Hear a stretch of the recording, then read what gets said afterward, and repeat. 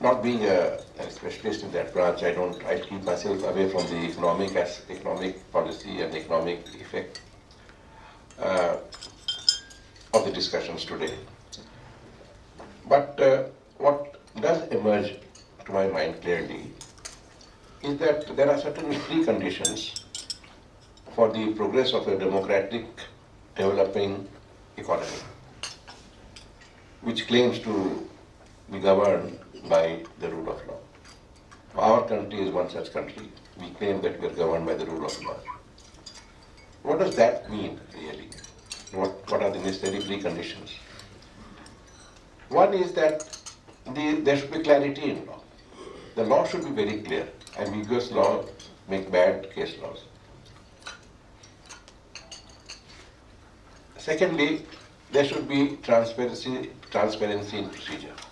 Whatever be the procedure, it should be transparent so that there is no misunderstanding. Thirdly, absence of arbitrariness. Because some of the complaints that we have heard today relate to the arbitrary aspect of the decisions taken.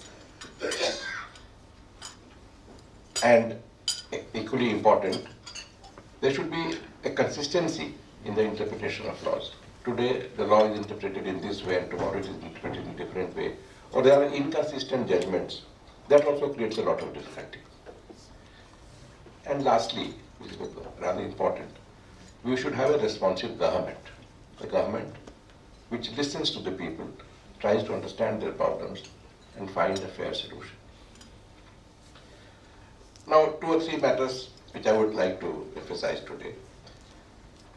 That the retrospectivity given to a legislation results in injustice. Now, it's very well known in our country that penal statutes are never considered to be retrospective. Because you did what you did then was legal. And therefore you should not be punished today because you have changed the law and given it retrospective effect. Now the question is whether that can be applied to civil law also, that same principle. It is true that the Supreme Court has held in several judgments that in the exercise of its plenary legislative jurisdiction, the Parliament can frame laws which are prospective. The Parliament can frame laws which are retrospective. But then it does not give a license to the Parliament to frame any law retrospectively, because that law will be subjected to test before the court on the touchstone of arbitrariness or unreasonableness. So let me give you a few examples. Long ago, sometime in the 50s, early 50s, the Assam legislature passed a law with regard to carriage of goods and imposed a tax. That was challenged. I'm not telling you the details, I'm just telling you broadly. It was challenged before the Supreme Court, ultimately. And the Supreme Court held by a majority decision that it did interfere with the freedom of interstate trade and trade and commerce. And a condition under Article 301 which required the prior approval, prior consent of the President of India had not been obtained. Now, the minority decision of the then Chief Justice took a different view, and he said sovereign power of the state to tax cannot be considered to be any sort of affecting adversely in interstate trade and commerce. That's a different question. The Supreme Court struck down this law and said, since the President's prior approval had not been taken, this law is bad. Now, in the meantime, a lot of taxes have been collected. They had gone to the government coffers. A lot of money was spent on development of roads, whatever. Then what the Assam legislature did was, it passed the same law after getting the consent of the President of India and gave it retrospective effect. That was challenged. Again, that case is known as the Khairabari Tea Company case. They said this law has been struck down as bad. The argument was, but we have now removed the defect. We have now framed the same law, which is otherwise legal. There was a technical flaw. In the meantime, so much of money has been collected. The government will find it difficult to refund all that. So we have said that this law will be given retrospective effect. The Supreme Court said that merely because the law is retrospective, it is not arbitrary or unreasonable. And taking into fact the circumstances that lot of money tax had been collected and used for public good, it would not be unfair to permit the state government to retain that money and give the law its retrospective effect. Therefore, again, it was not saying that absolutely, without looking at the facts of the case, without looking at the consequences, retrospectivity will be upheld. Therefore, there was a test laid down for testing the validity of a retrospective legislation. Now, later, recently means about 15-20 years ago, when the India Cement judgment was pronounced, that was with regard to cess. And earlier the Supreme Court had held that when cess was determined on the basis of royalty being paid by the coal mines, they said royalty is just a measure of the tax, measure of the levy. It's not a tax on royalty. Those days royalty used to be 20%, 30%, 10%, like that.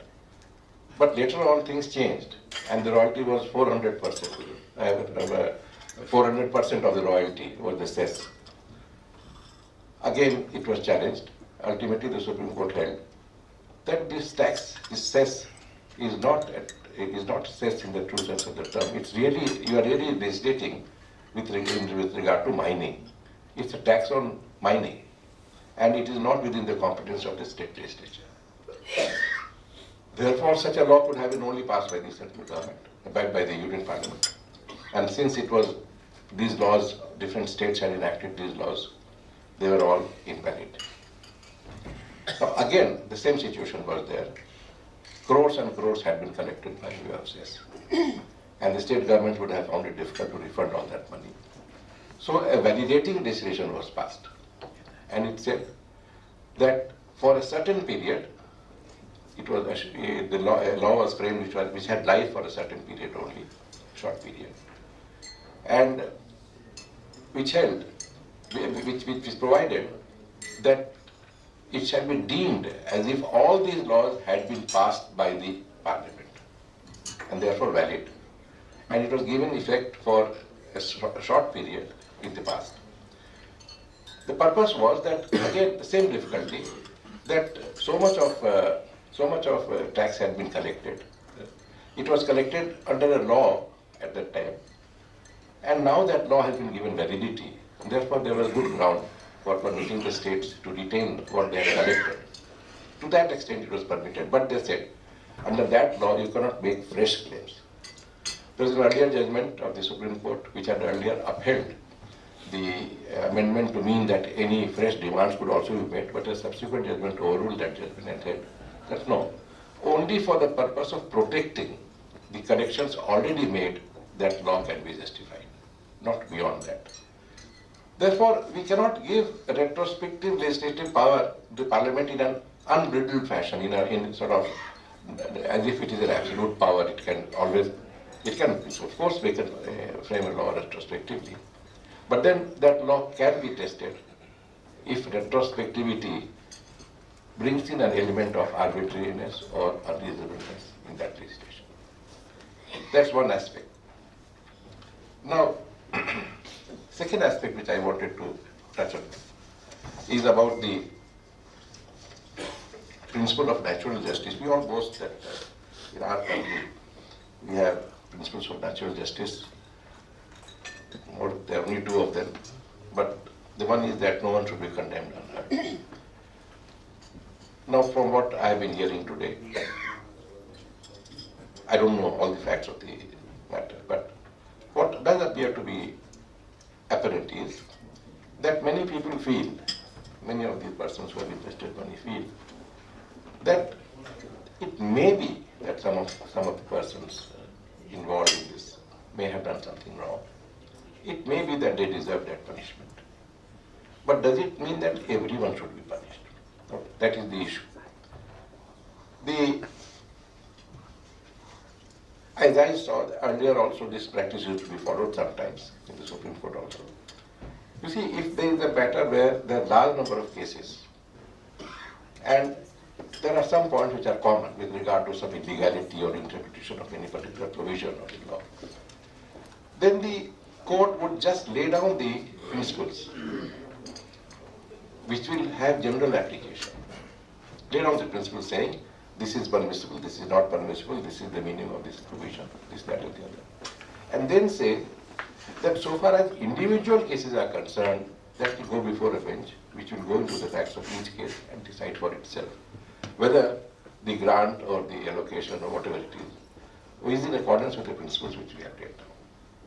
That does not appear to have happened, and that is the complaint here, that many persons who have made investments, they are bona fide persons, nothing wrong about their conduct, should not be punished. And if that is the consequence, the faith of the investor in the system is lost, and perhaps they will not be forthcoming to make investments.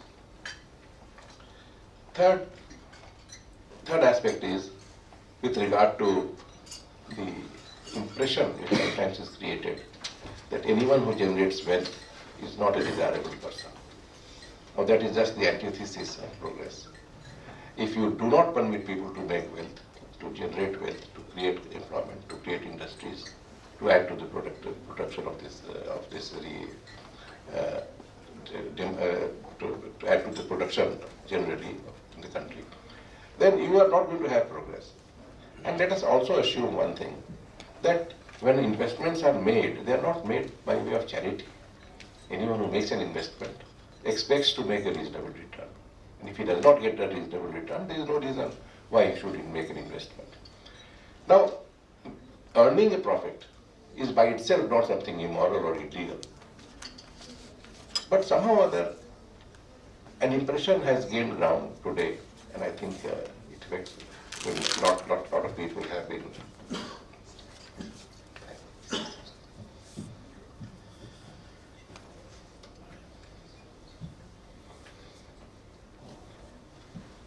Many of us believe that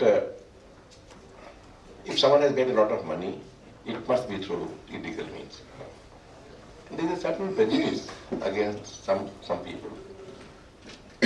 And it has also happened that they have been treated differently from others, only because it is believed that they are not the right ones. Now, my suggestion, my view is that whatever be the character of the person, if you have the laws which govern his case, that law has to be applied, and that procedure must be followed. You did not create a new procedure to punish someone more harshly than what the law permits.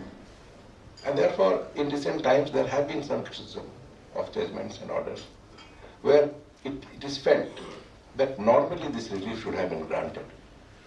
But it was not granted because of the prejudice created against this particular person or this particular company or institution. You see, for instance, take simple things like bail matters. Bail is something which is, settled law is that refusal of bail cannot be for punitive reasons. You don't punish a person by refusing bail because he has yet to be tried. And therefore you can't say whether he is guilty or is not guilty. But then there have been cases where, for very ordinary reasons, bail has been refused. There are many legislations which we have on the statute books, where if you remove the provision making the offence non-bailable, the litigation under that section or the prosecution under that section will come down by at least 80%. Because the whole purpose is, let us see him in jail. Once that is done, I stand vindicated. That is the type of attitude that we have. So, this takes case of industrialists, businessmen, or even others. If they are treated in a way different from what others are, then perhaps it will be positively a discouragement to them to enter the economic field at all. Because if something goes wrong tomorrow, they will not be treated exactly as the law provides, but even more harshly. So, this is the third point which I wanted to make. Now, Much is said about public interest litigation or judicial activism. I don't think the judicial activism has in any manner changed the law which is applicable. When we talk about public interest litigation, there is only one deviation from this settled practice. That is, there is no insistence on the rule of locus standi. That is to say, you don't have to prove that you are personally interested in that dispute. It is enough if you can show that society generally, or a class of society, portion of society, will be affected by the decision that you give, and there is a wrong that they are suffering. Apart from that, the law that is enforced is the same. The procedure that is followed is the same. Everything is the same. The only thing is that the person who is coming to the court need not be a person directly aggrieved. That's one. Now, public interest litigation, a lot of good has been done. I don't say that there have been cases otherwise also. Sometimes it has been misused also. They say that public interest litigation could be private interest litigation, could be promoted to the publicity interest litigation, could be paid interest litigation. That's only piece. So, but that is no reason to say that judicial activism is something which is detestable, not something which should not be encouraged, provided the judge is wise enough to select the cases which calls for interference by him. Now, many of us sometimes ask this question: how did the High Court or the Supreme Court get this power? There is a very simple answer to it. Under the Constitution of India, all the high courts and the Supreme Court have the right to issue the prerogative writs, 4 of them: writ of mandamus, writ of prohibition, writ of quo warranto, like the writ of certiorari. Now, when you say a writ of mandamus, what does it mean? Writ of mandamus means that a court can enforce a legal obligation cast upon anyone by law. That's the simplest way of putting it. If the law says that you must do this and he is not doing that, then the court has the power to issue a writ and command him to do that. The court does not do it. There is no machinery with the High Court or the Supreme Court to do anything. They force the authority to do what it is supposed to do. Take, for instance, municipal laws, which provide that, let us say, that the sewage pipes should be cleaned, that there should be no water blocking or things like that. And someone goes and complains and says, it's not being done at all. Then the court will not extend its staff to go and clean the streets or clean the drain pipes. It will compel the municipality to do it. Therefore, that power is always there.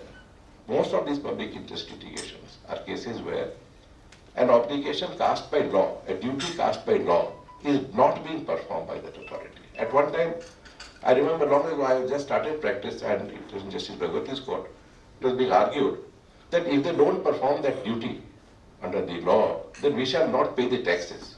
The answer came from the court said, no, you have got to pay that taxes because that is the law. But you can get the duty enforced. Therefore, that is the way one has to look at public interest litigation. Maybe there have been some exceptions also. Maybe sometimes, now we are correcting ourselves, we always seem to enact laws under pressure. That has always been my complaint. That our parliament should legislate in the normal way, in normal circumstances. Whenever there is some sort of pressure on this legislature and it enacts a law, then it is an imbalanced law, one-sided law. Now let me give you a few examples. We started talking about death penalty at one time. Death penalty all over the world. No, there should be no death penalty. Doesn't matter. In our country, we have retained that provision. Then we started talking about juveniles, Juvenile Justice Act, juvenile, and we framed laws. To what extent they were implemented is a different matter, but we were very conscious about that fact, that juveniles have to be protected. Then Juvenile Justice Act, everything was enacted. Then a stage came when we said, oh, women are being oppressed in the families. They must be protected. So we made a lot of changes in the law. We had some new provisions in the IPC. Now again, one-sided. because a lot of protection went to them, thinking that all of them are good and all the males are demons. Anyway, then came a rape case in Delhi, that ghastly incident that took place. Then suddenly we started saying, no, all that law is wrong. What juvenile? This fellow has committed such a heinous offense. Why should the law protect him? But the other day, we were ourselves shouting that this law, there should be a law to protect him. Then they said, no, he should get death sentence. But then you were arguing the other day that there should be no death sentence in this country. Now, so what happens is, whenever the parliament acts under some sort of pressure, it tends to make laws which later are found to be counterproductive. The legislation to protect women was a very good piece of legislation. But the way it has been misused, today someone may say someday that let us get rid of this law. That can't be done. But if you only say that the offense will not be non-bailable in cases where there is no injury or murder or things like that, it's mere charge of operation or whatever, you will find that out of 100 cases filed, 90 will be withdrawn, because then the purpose is not served. Because sending him to jail is a threat for many other reasons.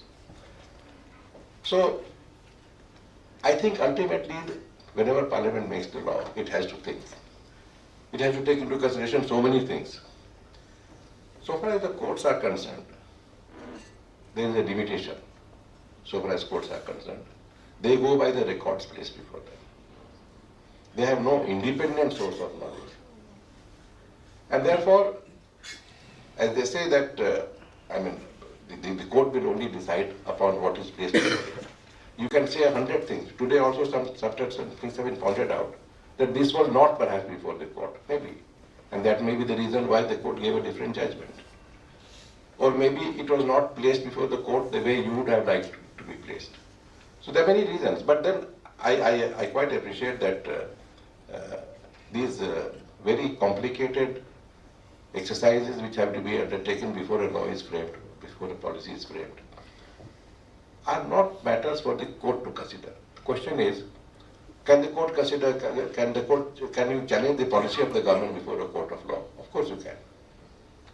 But the settled law is that as long as that policy is not arbitrary or unreasonable, the mere fact that there could be a better policy is no ground for the court to challenge that, to quash that policy. That is settled law. Now today the question will be whether, now for instance, let us come to this bidding issue. After Ramanna's case, that's the International Airport Authority case, there is an impression that everything has to be disposed of by public auction. There is no other alternative way of doing things. Ramanna's case did not lay down that proposition. Then came the Kasturilal's case from Kashmir. There, the bid was settled in favor of a person who was not the highest bidder. But there was the purpose, there he had agreed to set up a resin plant in that area. And the government was considering not merely grant of license, but also that there should be some industrial development. Supreme Court upheld that decision, saying, look, it is not for earning revenue that you are auctioning this. The idea, there is another factor which is taken into account, that is, apart from getting reasonable revenue, you are also interested in the development of the area. And this person has agreed to set up an industry here. Therefore, it is not necessary that there should be, the highest bidder should get the license. In that case, that was upheld. Now, this I suppose was understood to be the law, that bidding is not absolutely necessary for grant of license or allocation. It all depends on the policy of the government. For what purpose is the license being issued? It is not necessary that the person who has more money than the others will be the best person to perform that duty. It may be that you may feel, there may be a policy to say that if we are going to, if I am going to grant you a license or a lease for coal mines or for any mineral, then you must have it be used as a captive mine. because we'll have a generation station or whatever, power generation station. Now that could be a policy. There could be no objection to that policy because it is rational. Because instead of wasting so much money on transportation of coal and all this, you will save a lot of money. You will reduce the cost of the electricity that is generated. That's a perfectly reasonable policy. So ultimately, it comes to this: in the exercise of its jurisdiction, does the court exceed its limit of testing the validity of the law rather than testing testing validity of the law, and goes into the question of finding out whether there is a better policy available? That is not the test which the courts can apply. All that the courts can say is that if it is arbitrary or if it is highly unreasonable, under Article 14 I will strike down this law. But to say that a better policy, we'll give you a better policy, that's not the job of the court. That's for the parliament to decide. And if the parliament has decided fairly, and there is no such consequence of arbitrariness or unreasonableness, then that law has to be upheld. Now, these are some observations which I wanted to make, and I'm sure my listeners here would like to put questions to the members here.